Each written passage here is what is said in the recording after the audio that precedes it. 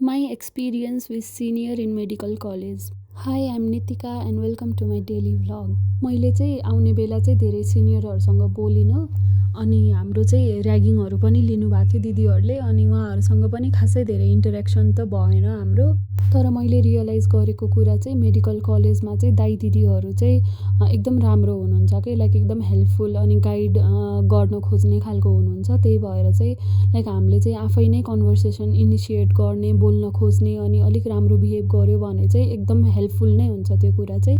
आफै नै छुट्टै एटिट्युडमा आयो छुट्टै एटिट्युडमा बसिरहेछ भन्यो भने चाहिँ no one will come to you and हुन्छ नि आस्क यु फर एनिथिङ है। त्यही भएर चाहिँ आफैले इनिसिएट गर्नुपर्छ। त्यो भन्दैमा सबैजना राम्रो पनि हुन्छन् भन्ने हुँदैन, कतिजना चाहिँ एकदम कस्तो कस्तो नै हुन्छन्। अब त्यो चाहिँ अब बिस्तारै थाहा हुन्छ, यहाँ आएर अब माहौल बुझ्यो भने थाहा हुन्छ त्यो चाहिँ।